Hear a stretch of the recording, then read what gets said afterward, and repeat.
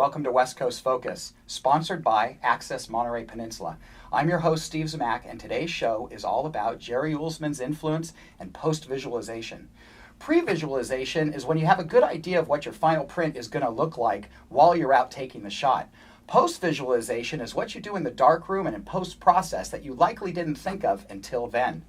In the 1970s, when photography was still struggling just to be recognized as fine art, Jerry Uelsmann was pushing forward, bringing an F-64 attitude to photo collage and multiple exposure, and ignited new debate in the art community over what is and what isn't a photograph. He joined the West Coast movement in the 1960s, seen here in this famous photo by Ted Orland with Ansel Adams and Imogen Cunningham at Point Lobos, and at this point was already a professor of photography at the University of Florida. He received a Guggenheim Fellowship in 1967 and a National Endowment for the Arts Fellowship in 1972. He is a Fellow of the Royal Photographic Society of Great Britain, a founding member of the Society of Photographic Education, and a former trustee of the Friends of Photography. Today, he is affectionately hailed as the godfather of Photoshop because he was photoshopping images almost 2 decades before the idea of Photoshop or Adobe even existed.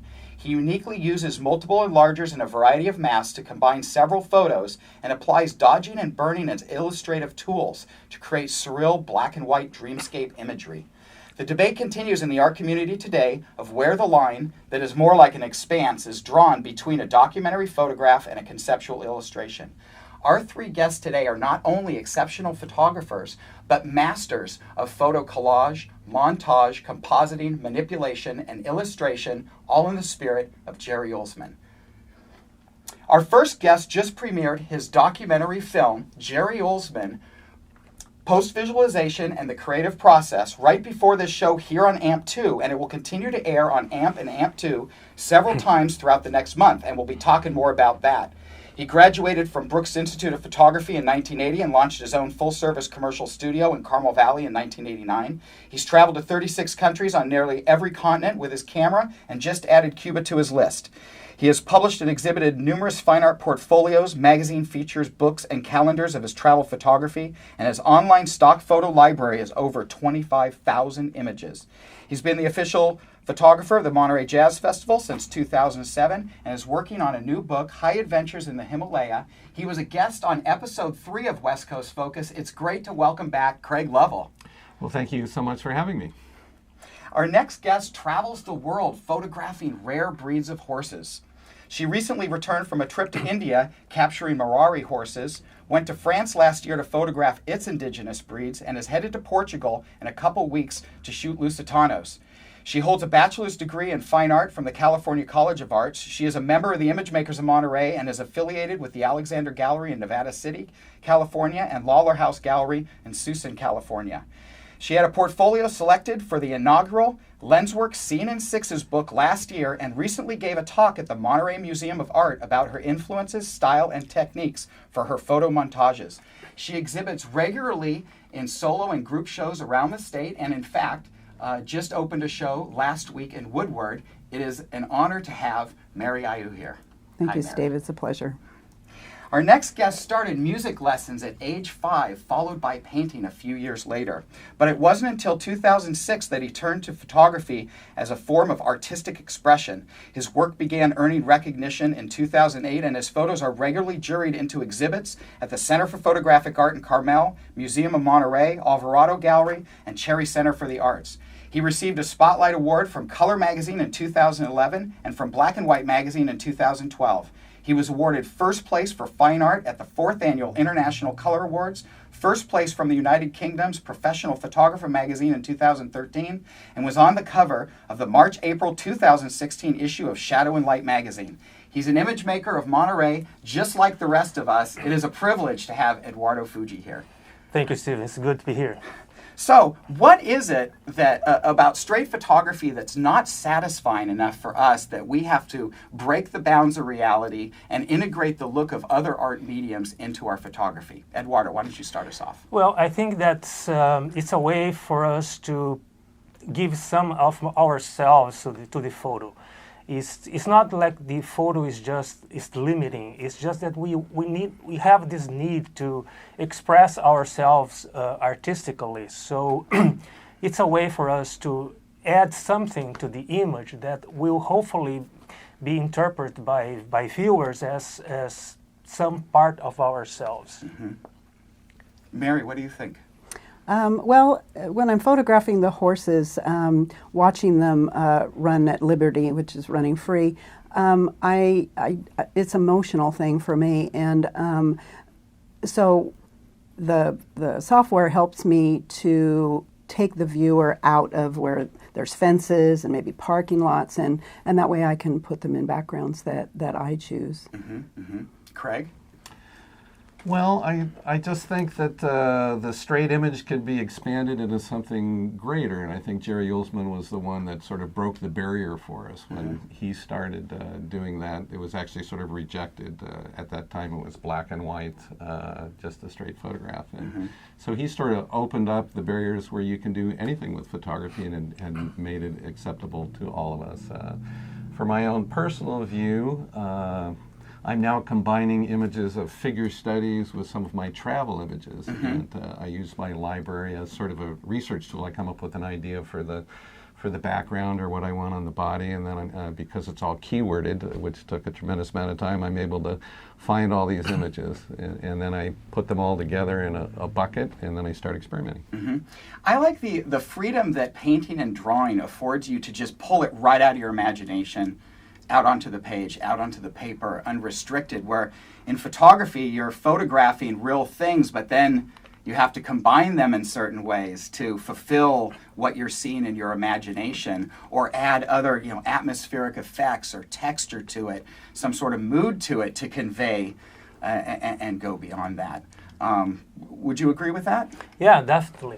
It's a way for us, like Jerry Uelsmann, for example, he is a master in creating a richer experience for the viewers, because he doesn't give everything out. He leaves some room for us to do to have our own interpretation, to bring our own, to fill in the blanks, and bring our own life experiences and emotional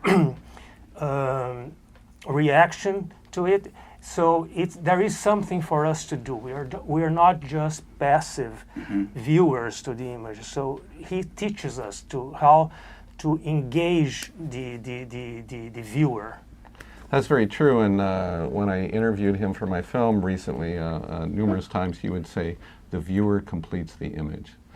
So he's a very quotable guy that often will have a succinct sentence that just illustrates what Edward was saying and other concepts. All right, Mary, a lot of your photos where it's a horse running through a field, but the landscape that the horse is running through, you photograph that with some like camera motion blur going on that I find adds a lot of the energy that you're feeling watching the horse, the energy that the horse is feeling running free through this field, and that the way you combine a blurred image with a focused image, I think really brings that forward. Is that what you're going for?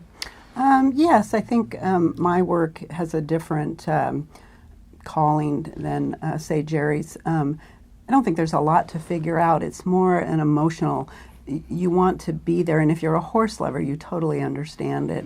You want to be in that picture and just go along for the ride with the horse. Great. Well, let's see what Jerry Uelsmann has to say on the subject. Here's a clip from Craig's film.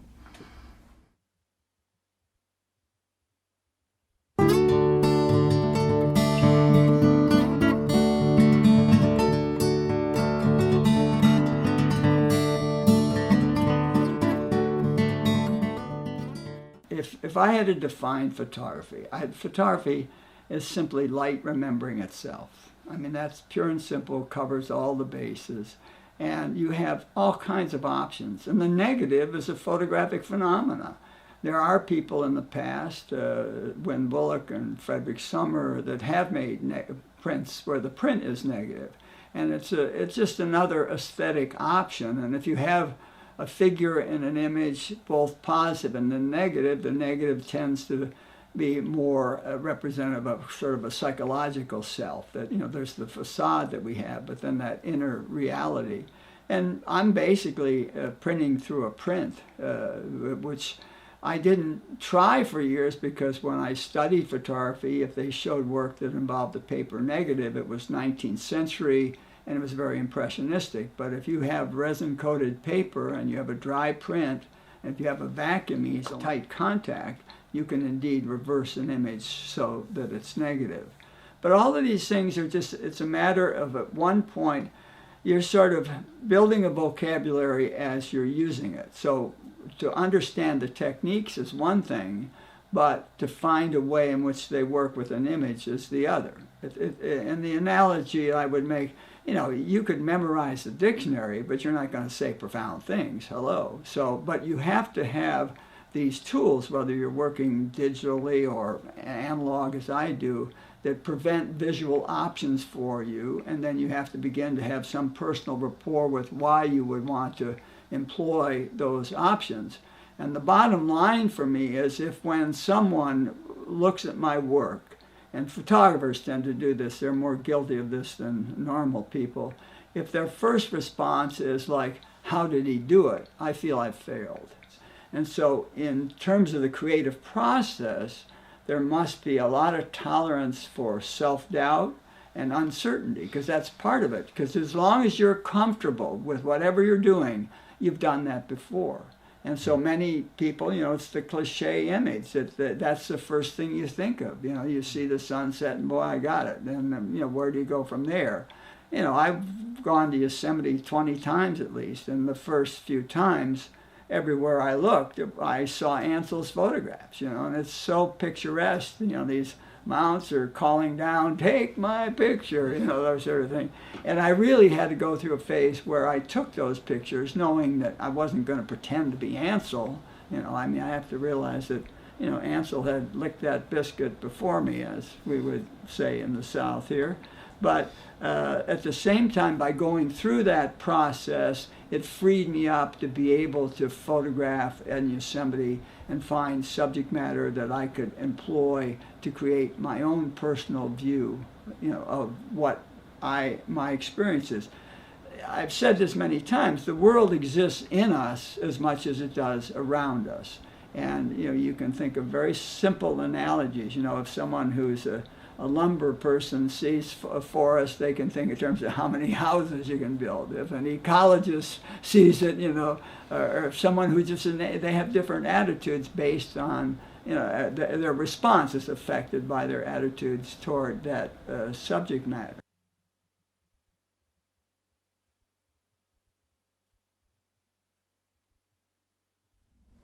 Photography is light remembering itself. I just love that quote. You can see Craig's full-length 45-minute documentary about Jerry Uelsmann right here on AMP2 at 11 a.m. on Thursdays and 6 p.m. on Saturdays and Sundays throughout the next month. Craig, you made a pilgrimage out to Florida a year ago to make this film and interview Jerry Uelsmann. How did that experience of interviewing him in his home studio push your personal artistry forward? Well, it was just an amazing experience. I'm 62 years old, so Jerry was a big influence early on and a real visionary. And so it was a real privilege. I called up Jerry to see if he'd be willing to have me come out, and he said fine. So I flew to Virginia, where my good friend Jim Stroop, that I went to photography school, was also highly influenced by him, and we drove down to Florida. And he was so welcoming, and Jerry was a professor for 30 years, so we turned the camera on him, and I'd ask a question, and he would just go on with brilliant answers for about 5 minutes. So then when I came back, I was, reignited with that type of photography, and I started my series Inner Journeys, which were figure studies taken in the studio, and then I'm using my travel photography both as backgrounds and over the bodies. And really, I'm just starting. I've done about 8 pictures, but I need to explore more. So it really stimulated that aspect of my photography. And a good quote from Jerry is, my work is obviously symbolic, but not symbolically obvious, because he uses a lot of the symbology or symbols in his work that's really left up to the viewer to interpret. He also uses negatives, so he'd use a negative print as part, negative and positive, so that sort of gets into the subconscious, a lot of dream type imagery. He was telling me a story about how he first floated an image. He was looking at his contacts. He just lays all of his medium format contacts out on the table, and one day he'd been shooting a model, and he looked at the photograph this way instead of that way, the way he'd photographed it, and he said, hey, the image is floating. So that was something that he's now incorporated into his photography. You'll see him use the same negatives in different images and the same concepts. And how do you apply that to your work? Well, I think he's just an inspiration. I think every artist has to find his own way of moving forward with his work. And another quote I like from him was, he says, style is an artist working authentically for a long period of time. That's how you develop style. So I'm just beginning that process. Mary, do you feel that you have a developed style? I think so. It's a long journey producing each image, hours and hours, but I think there's an ethereal look about my work, much of it. So I think so. I think people are starting to expect that. Eduardo? Yes, I think talking about symbolism and going back to the point that I was making before about how he's a master engaging the viewer's attention. He uses these symbols like a boat or clouds that have kind of a spiritual meaning for him, and he uses in such a way as like a puzzle. We all like to solve puzzles and enigmas, and he just lays out the pieces and he lets us do the work of finishing the piece, or finishing using our own imagination to finish the story that he started. Do you apply that approach to your work? Yes, I do apply.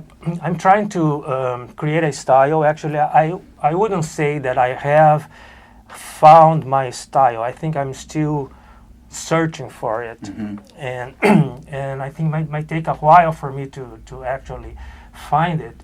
But I'm trying to do the same thing as he did and start trying to engage users in a more higher level.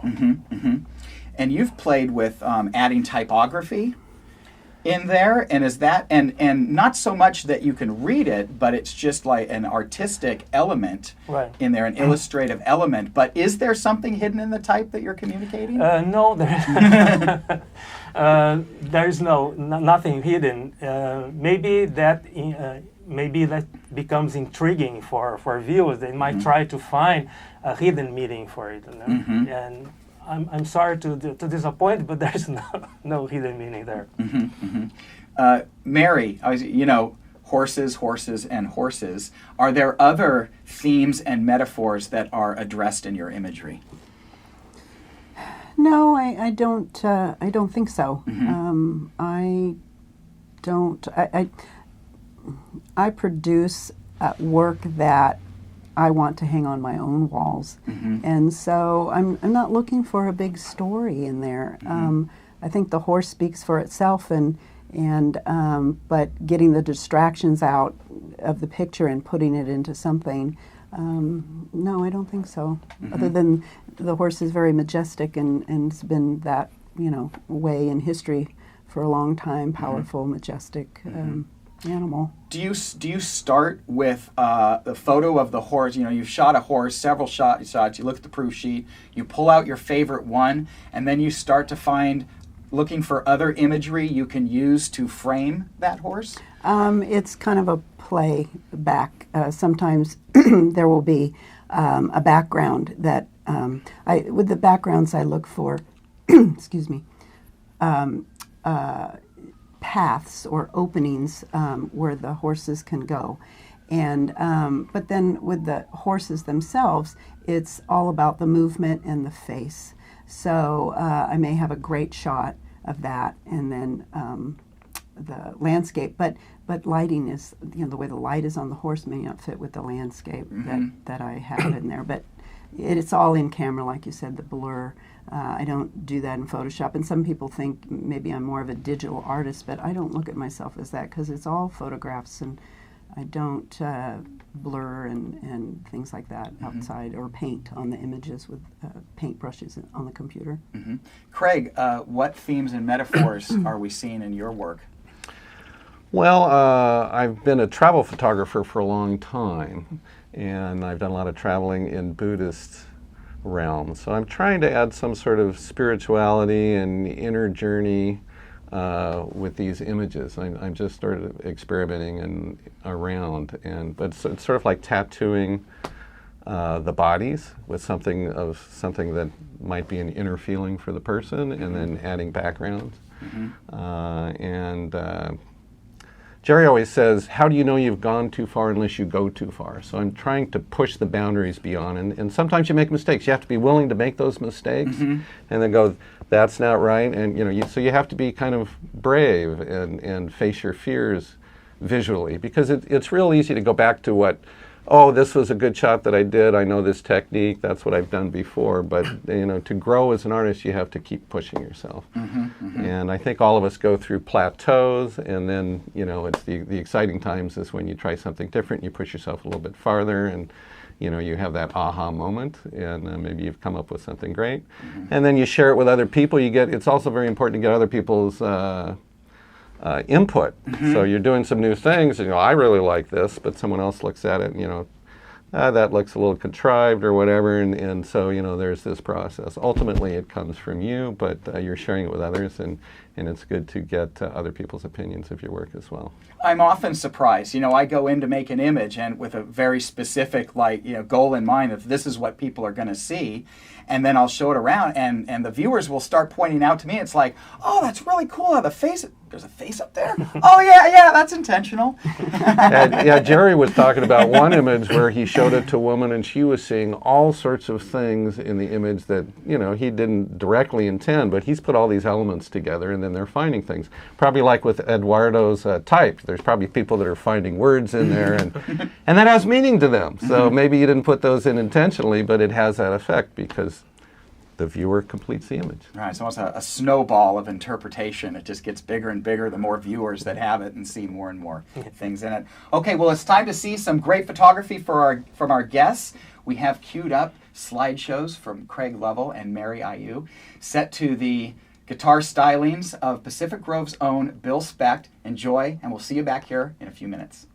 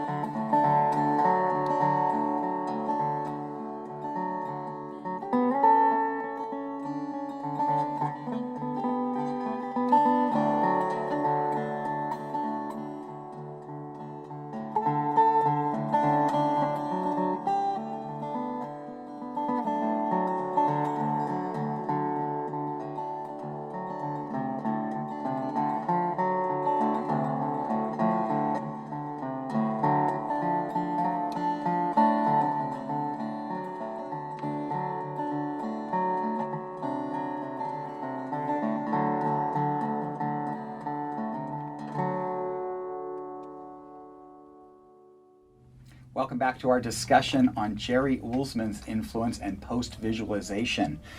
How has Jerry Uelsmann's work, how has it influenced your work, if it has? Where do you see your style similar to his, and where are you departing and going off into your own style? Eduardo, go ahead. Well, I like to use symbolism the same way that he does. And what I really like the work that he does is the fact that he leaves a lot to the viewer to complete the image, as Craig was saying. And it's interesting that I follow the same creative process as him. And like him, I do not start with a predetermined image or a pre-visualized image. And I think I read him saying that he compares his creative process as writing a story. And he needs to write the first sentence, and then he determines where to go from there. And I follow the same process. And I start usually with the original image, and I look at the image and start asking the image, like, talk to me, and what can I do? And I always start with that original image, and it goes from there. And it could go to different directions and even take days for me to finish, and it could happen also that after working and for days, I decided that, well, it's not working for me, so I just ignore that image and go to a different one. And I think there is this process that's very similar to how Jerry works. Mary, compare and contrast Jerry Uelsmann's style with your own. I don't see any similarity at all, but he's quoted in the film as, or I read that he is post-processing, being able to use his imagination. It allows him to do that, and so that's the comparison. But the message in the images are totally different. So it's more his philosophy that inspires you than his imagery. Yeah, yeah. I love his imagery. Don't get wrong, but it's just totally different than mine. Craig, where do you follow the path? Well, one of the quotes he had was in terms of working in the darkroom that he was building the mountain that he was going to climb, sort of like what Eduardo was talking about. And one of the big differences when he was a young guy, it was Ansel Adams who created the zone system. It was the pre-visualization. You'd look at an image and you'd figure out where the tones are, and Ansel did just a brilliant job of figuring out how to process film in certain ways that mostly it fell on the paper the way you wanted, although he did use burning and dodging like everybody else. Whereas Jerry throws out all of his contact prints, and he doesn't really know what he's going to create until he gets back, although he photographs certain themes. I would say my work really isn't like Jerry's either, but he's given us all permission to do that experimentation, to try something different, and he broke down those barriers. And so I've tried to put that into particularly my art photography. Like you, Craig, although I've been doing this for a long time, I'm all over the map. I do not have a developed style yet. It's just I get an idea for an image and I want to do that image, and sometimes I'm adding a lot of layers of texture to it like you do. Sometimes it's very straight and sharp and in focus. To send a specific message, I do a lot of sort of vignettes, I think, of science fiction stories or movies, and I want to create a scene that just tells a little bit of that overall story. But my technique is all over the place, my subject matter is all over the place. I'm still just trying to get a handle on it. So when you're developing an idea for an image, do you do that? Do you start with one photo and then look for things to pair with it? Or like you mentioned, Jerry, it's just all these images on the floor, and it's almost you're grabbing 2 or 3 all at once. Right. Well, I usually come up with a concept. I think in art photography it's good to do a series that has some cohesiveness. doesn't mean that you're stuck there like Bob Dylan, how many different styles he's had. And you'd have to say these were all different authentic styles. But you have to go deep enough into it that you create a body of work that you're proud of. And you could spend all of your life, more like Mary has done, perfecting that. And I think her work shows that, how fantastic and how far she's taken that. But for other artists, you can have this chapter and that chapter and the other. Again, I'm using, because of this big library I have that's searchable, I can kind of come up with an idea and then I'll go searching for the raw materials and then start with the initial concept and start experimenting around. And so with my Inner Journey series, that's the latest one that I'm working on. And Mary, you mentioned sometimes it starts with the landscape for you that you add a horse to, other times it starts with the horse that you frame with landscape. How many photos typically go into one of your composites? Oh dear. Well, it depends. If there's multiple horses, then each one is its own. I might have a contrast layer or just various layers with each horse. It's not. I'm not trying to make everything totally realistic, but it has to make sense. I have to get the horse into the background so it's settling in there. But I'm not trying to fool people that it's not a composite. There is some of my work that is pretty flawless. You probably would not know that the horse was not there. And again, I'm not trying to fool people, but I just like to put horses in places. Eduardo? Well, it depends on the image. When I use textures, for example, I could use 3, 4, or 5 different textures, and I like also to use textures not directly on the image, but as a as a layer mask. Right. So yeah. So even though you don't see the actual texture on the image, it is there. So it depends on the image, actually. That was one of the ideas when you threw that out at your talk at the Center for Photographic Art, and I made a note of that. I'd never thought of that approach before. That's a really good idea. And Craig? Well, I was just going to say, speaking of technique, when I was talking to Jerry, he's still coming up with new ways of printing, and along with his incredible vision as an artist, his technique is flawless and actually unbelievable. The way he marries, he does it all in the darkroom. That's the hardest possible thing. You don't have unlimited control like you do in Photoshop, and he's developed techniques and continues to do so. He says more in small ways than bigger ways. And Photoshop is such a powerful tool that everybody uses it differently and comes up with different ways of using it, and it's sort of endless. So, you do have to add that technique to your creative vision, because photography has always really been a marriage of art and science. Right, but it starts the photographer's vision, and whether it's an enlarger in a dark room or a digital tool like Photoshop, those are tools. Exactly. They're not creating the art, the artist is creating the art. And that's why today a Jerry Uelsmann picture still looks like a Jerry Uelsmann. There's no other artist that looks like his. Right, because it's his unique vision. Yeah, we have Photoshop, which you could do all those things in, but it's the vision of the artist that makes it unique. Exactly, and with all of your work as well. All right, let's check back in with Jerry Uelsmann and see what other kernels of wisdom he has for us. But I don't think Photoshop has made it easier. I think that's one of the myths that are out there, that people that, they first learn it and it gives them options and then they're overwhelmed by it. But, I have had the benefit in the past of, being married to a Photoshop expert, and I'm aware of the levels of subtleties that one can do with Photoshop. At the same time, it's a decision-making process, and while you have, these many different tools, you have to learn how to use those tools, and that's the bottom line.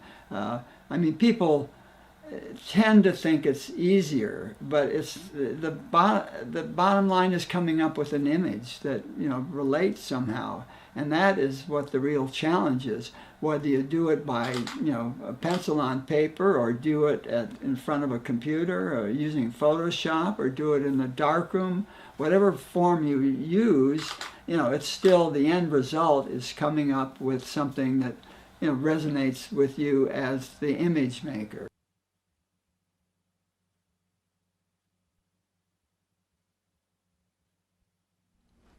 Remember that you can see Craig's full 45-minute long film documentary on Jerry Uelsmann, where he traveled out there to Jerry's studio. It is a very exclusive, rare interview with Jerry Uelsmann, loaded with over 100 photos. You don't want to miss it. Getting back to our discussion, what is the biggest challenge that you face in creating this type of imagery? And conversely, what is it that comes easier to you than other photographers and artists? Go ahead, Mary. Well, the time it takes to do the work and the sitting in front of the computer is difficult. But with Photoshop, extracting the horse from the background hair is probably the biggest challenge to get it to go into an image. So time is probably the biggest factor. Time on an image. I can't tell you how much time that goes into one of my pieces. Days of it, and I'll work on things for a while and put them away, but it comes to a certain point where I like it, and then I'll work constantly on it. Mm-hmm. And then what do you think that this comes easier? What parts of it come easier to you than most photographers? Easier? Mm-hmm. Ooh, gosh. For me, I know, like, the challenge is finding the images to put together, or I may have an image in my head, but where do I get the photos from to put it together? So often I'll start with something in a sketch pad. So finding the initial images, once I have the initial images together, then putting them together how I have it in my head, that's more the easy part for me. Well, I suppose it used to be that I didn't have enough horse images. It's difficult to find people that will allow you to come photograph their horse, and it has to be a certain situations. Now I'm starting to get more horse images than I have backgrounds, but I'm a photographer. I enjoy going out and photographing and being in nature, and so trees and the backgrounds and all, that part is easy. Coming up with the amount of images to put together. Mm-hmm. And Eduardo, where do you go to search for your textures and images? Because usually you start with a straight photo image and then you start adding lots of textures to it versus adding other photographs to it, although you've done that a little bit too. But what is it about that comes easy to you, and where do you face your biggest challenges? Well, I think the hardest part is inspiration. When you have that inspiration, things go easy. When you don't have that, then it's hard. It's hard work. And I collect my textures from my own photographs, like scratchy surfaces, and from the web. There are, if you search if you Google texture, Photoshop textures, or vintage textures, paper textures, you get hundreds of sites providing that. So it's really hard to choose sometimes. I do not have a library of images or objects. I usually, depending on where I am going, then I go search for. But I don't have a library ready to use. Do you photograph your own textures as well, or do you find them from other libraries? Yeah, some of the textures I photograph, like I was saying, like scratch windows or bricks. But mostly of the textures that I use, I collect from the internet. And when you go out and photograph a texture, is that because you already have a use for it in mind? You have an image just waiting for it and you need to go out and get it? No, not necessarily. When I see some texture that I want to photograph that, save it for later. And it never happened to me that I need to go out to shoot for something that I want to use. Usually I I shoot before or I go search the internet. Craig? Well, I think the inspiration probably is the hardest part.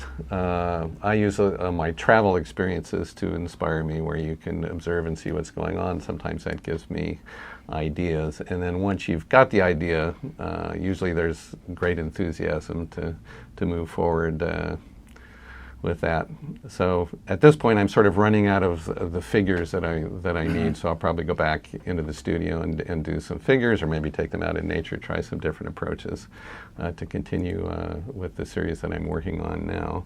And I just got back from Cuba, which was just an amazing experience. We stayed in Casa Particulares, where you can, which is basically staying in the homes of the people, and they're so colorful, and there's so much music and so on and so forth. So, I've been adjusting those pictures, which I'll post for the stock photography market, but hopefully they'll find a way into my artwork as well. Good. Well, now just to add a little gravy to our discussion, I've got a few photos from Huntington Witherill. He showed these at the last Image Makers meeting. He starts by digitally painting with a stylus on a tablet and then blends photos into the scene. He emphasized that he's at the beginning of some serious experimentation, and it may take up to 200 images before having this new style developed. These 3 are from his first dozen, so what a treat. Thank you, Hunter. And here are a few photos from Jim Casson, who published this portfolio as a book last year titled Staccato. Jim has done some phenomenally inventive coding where he authors software to combine his photos in original ways. The work found in this new book layers a series of photos of the same subject but fractions of a second apart and from a moving position. I know MC Escher, I draw a lot of inspiration from MC Escher's illustrations for this kind of work. Real quick, what influences do you have from other artists? Well, actually, there are 3 photographers that actually, after viewing their work, prompted me to go and get a camera. There was an old fine art issue of Rangefinder magazine, and there was this Teresa Eyre, Brigitte Kernohan, and a German photographer by the name Thomas Kellner. And I realized that they are artists, then they make images. And when I saw that, I said, wow, this is what I want to do. And then I went and purchased a camera. So, okay, well now we're going to see some of Eduardo's photography, along with my own, of course, the original music of Bill Specht. We'll see you back here to continue our discussion in a couple minutes.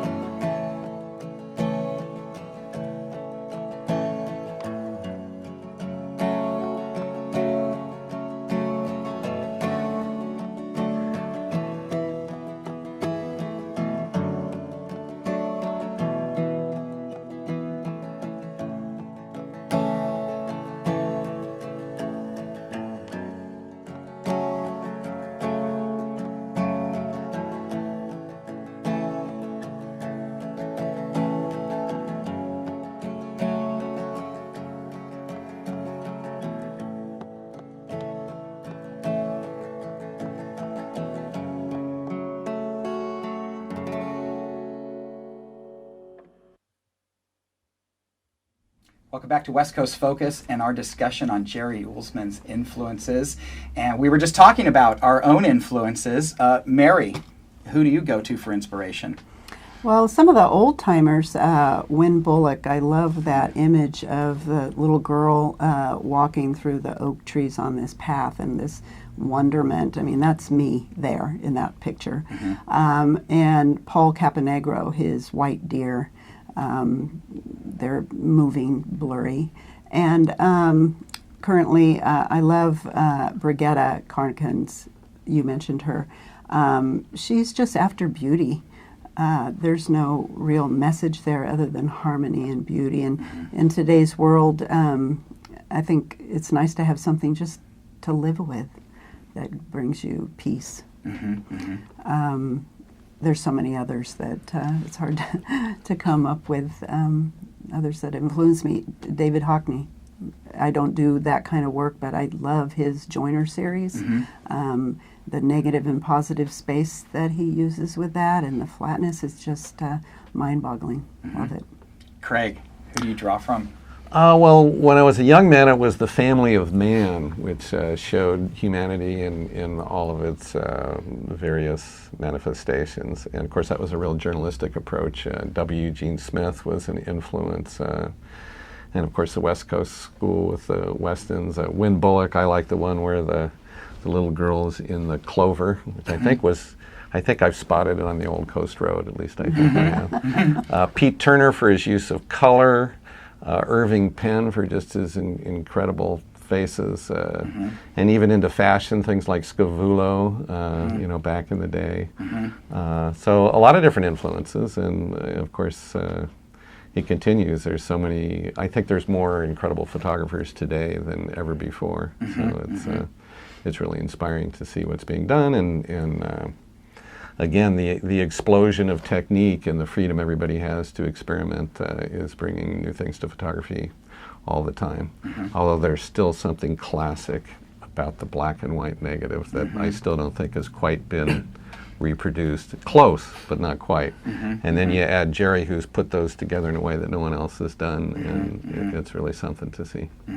I'm still very drawn to the black and white film. I used to do it long ago, but I agree with you. There's just I've nothing. kept all my darkroom equipment. I haven't been in there, I don't think, in 10 years. Cannot part with it. Dick Garrett, another one. Yeah. Oh yeah. Right. Love his work. Right, and even like we just saw in the last episode, Will Giles. He's so surreal in an abstract way that it inspires me to be more surreal in a literal way. But even I think for this type of work, I draw more on the painters and illustrators than other photographers.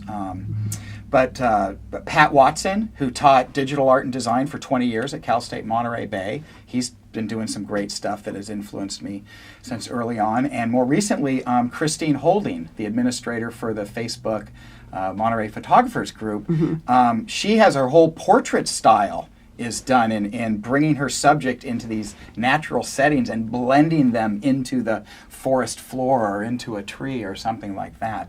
Eduardo, any influences to add to your list? Well, when I was beginning taking photos there, I met like Huntington with a reel. Right. That was one of the, the big name photographers that I really enjoyed meeting.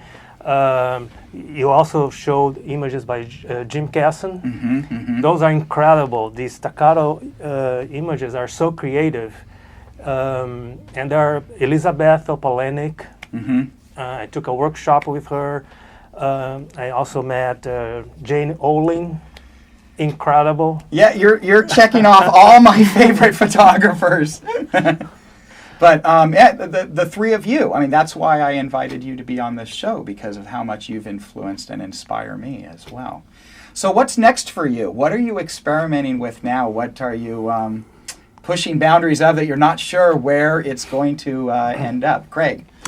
Well, I'm probably going to continue with the Inner Journeys series and see where that leads me, and continue to do the commercial photography and stock photography. It was really fun adjusting all of the Cuban images, so I'll be looking forward to sharing that with the Image Makers group. And the color is just phenomenal there. And I will admit that I took out a lot of telephone lines. The buildings were so old Right. that they put all the electrical on the outside, and Right. you know, it just kind of ruins the romance. So. Well, and you know, a lot of post-visualization is pragmatic, technical, not artist. It's to remove telephone lines to improve the image, or stack multiple lights on top of an image to make it look so it looks like a single shot, but it's highly enhanced. Yeah, exactly. Right, yeah. or even like colorizing black and white photos, which is something that you've done a lot. Yeah, that's the series that I was really proud of, The Faces of Asia, which were, a lot of those were original black and white negatives that you saw earlier in the program that I colorized, very sort of muted colors, and then printed those on watercolor paper. And it took a lot of time just cleaning up the old negatives because black and white doesn't scan that well, the negatives, but it allows me to blow them up larger, which I think has more impact as well. So I may continue with that series as well. Mary, what are you tinkering with? Well, each horse has their own unique flair, and right now I'm interested in the Lusitanos.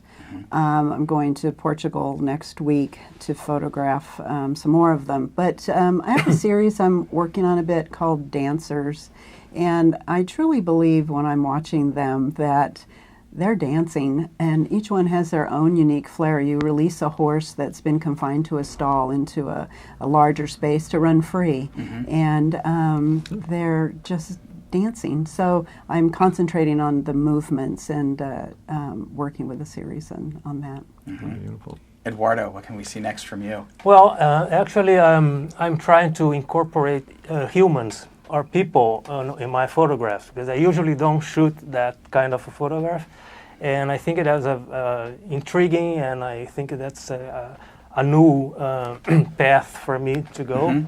I'm also trying to understand what they call this contemporary photography, which is very rough view of the world, unpolished view of the world. That's kind of I have a mixed feelings about that. So I'm trying to different things. That's going to be some good experimentation.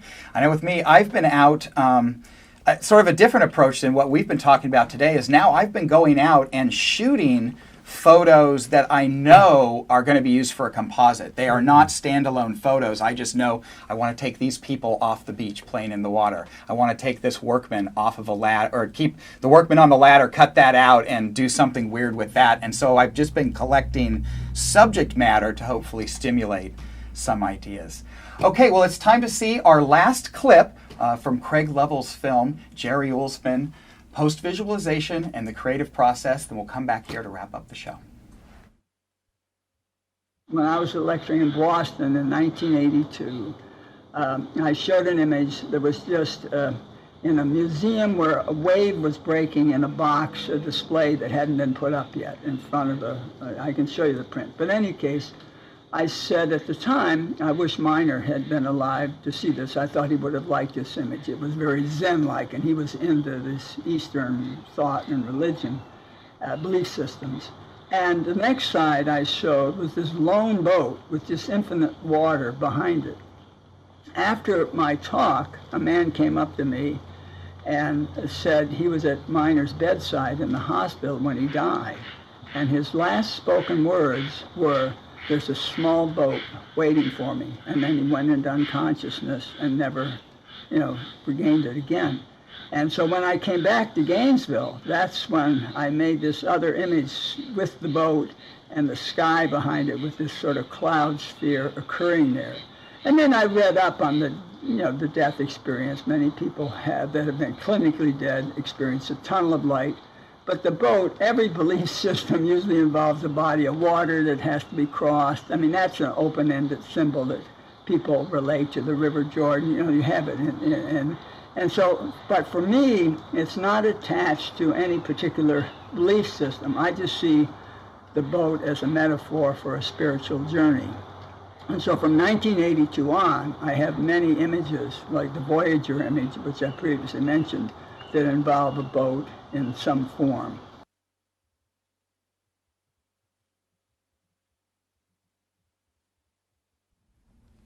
Okay, last time, Craig Lovell's film, Jerry Uelsmann, Post-Visualization and the Creative Process, airs Thursdays at 11 a.m., Saturdays and Sundays at 6 p.m., through June 4th, right here on AMP2. You don't want to miss this film. It's something special, as you can see from the clips. Remember to get and post all your Monterey photo event info at Monterey Peninsula Photo Events. That's mpenphotoevents.blogspot.com. If you're looking for affordable darkroom space, check out what Open Ground Studios in Seaside has to offer. You can get all the details at opengroundstudios.com. That's our program. Thank you, Craig Lovell, Mary Ayu, Eduardo Fuji. Thanks to Huntington Witherell, Jim Casson for sharing their photography with us, Bill Speck for his music, Michael Martins directing the show from the control room, and of course, a big thank you to all the staff, volunteers, and supporters of Access Monterey Peninsula that make this show possible. You can view past episodes of West Coast Focus at your convenience at stevesmack.com, West Coast Focus TV, and as always, you have my word, you will see at least 100 photos per episode. We saw about 110 today. May your creativity know no bounds and your artistry no fear. Thanks for focusing on the West Coast. Now get off the couch and unleash your imagination.